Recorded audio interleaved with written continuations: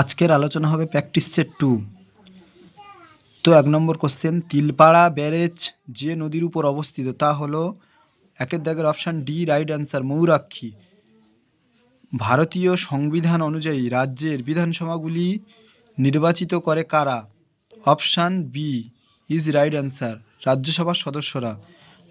3 নম্বর question, বাস্তুতন্ত্রে কোনটির সংখ্যা সবচেয়ে বেশি? উত্তর ডি উৎপাদকের সংখ্যা সবচেয়ে বেশি। পারমাণবিক আকার যে ইউনিটে প্রকাশ করা হয়? অপশান এ ফার্মি ইউনিটে প্রকাশ করা হয়। কম্পিউটার কী ধরনের যন্ত্র?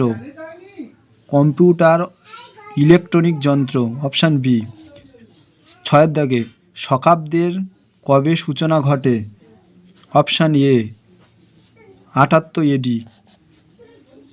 7 দাগের কোশ্চেন, কোন গভর্নর জেনারেলের শাসনকালে ভারতে রেলপথের সূচনা হয়? 7 দাগে অপশান ডি লর্ড ডালহাউসি। চুম্বী উপত্যকা কোন সীমান্তে অবস্থিত? 8 দাগের অপশান এ সিকিম ও ভুটান। ভারতের সংবিধানের কত নম্বর ধারায় মৌলিক কর্তব্যগুলি আলোচনা করা হয়েছে? 9 দাগের উত্তর ডি 51 নম্বর ধারা। 10 দাগে কোন সংস্থা এশিয়ান গেমস আয়োজনের দায়িত্বে থাকে? 10 দাগের উত্তর হয়ে যাবে option A Olympic council of Asia. 11 দাগের কোশ্চেন, বিশ্ব এইডস দিবস 2025 পালিত হলো গত 1 ডিসেম্বর। এবছরের থিম কী ছিল? অপশান হয়ে যাবে D right answer overcoming disruption transforming the AIDS response. 12 দাগের প্রশ্ন, ডিএনএ এর ডাবল হেলিক্স কাঠামো আবিষ্কার করেন কারা? 12 দাগের option B right answer James Watson ও ফ্রান্সিস ক্রিক। 13 দাগের কোশ্চেন, কৃত্রিম বুদ্ধিমত্তা এর কোন ক্ষেত্রটি মানুষের মতো পাঠ্য বা ছবি তৈরি করতে পারে? 13 দাগের অপশান সি হয়ে যাবে রাইট অ্যান্সার জেনারেটিভ এআই। ভারত সরকার 14 দাগের প্রশ্ন, ভারত সরকারের প্রধানমন্ত্রী জনধন যোজনা এর লক্ষ্য কী ছিল? 14 দাগের রাইট অ্যান্সার বি দেশের প্রতিটি পরিবারকে ব্যাংকিং পরিষেবার আওতায় আনা।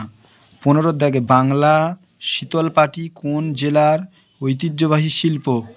15 দাগের অপশান বি হবে রাইট অ্যান্সার কোচবিহার জেলার। আচ্ছা, যৌতুক নিষিদ্ধ আইন কবে প্রণীত হয়? 16 দাগের অপশান বি হবে রাইট অ্যান্সার 1961। পশ্চিমবঙ্গের প্রথম জাতীয় শিক্ষানীতি 2020 মেনে কোন ক্লাস পর্যন্ত বাধ্যতামূলক বাংলা ভাষার উপর জোর দেওয়ার কথা বলা হয়েছে? অপশান ডি ক্লাস 5 থেকে। 2025 সালে ফিফা অনূর্ধ্ব 2017 কোন দেশে অনুষ্ঠিত? ফিফা অনূর্ধ্ব বিশ্বকাপ কোন দেশে অনুষ্ঠিত হলো? 18 দাগের উত্তর হবে অপশান বি কাতার। সম্প্রতি কোন সংস্থা প্রজেক্ট আরোহণ নামক একটি স্কলারশিপ প্রোগ্রাম চালু করেছে?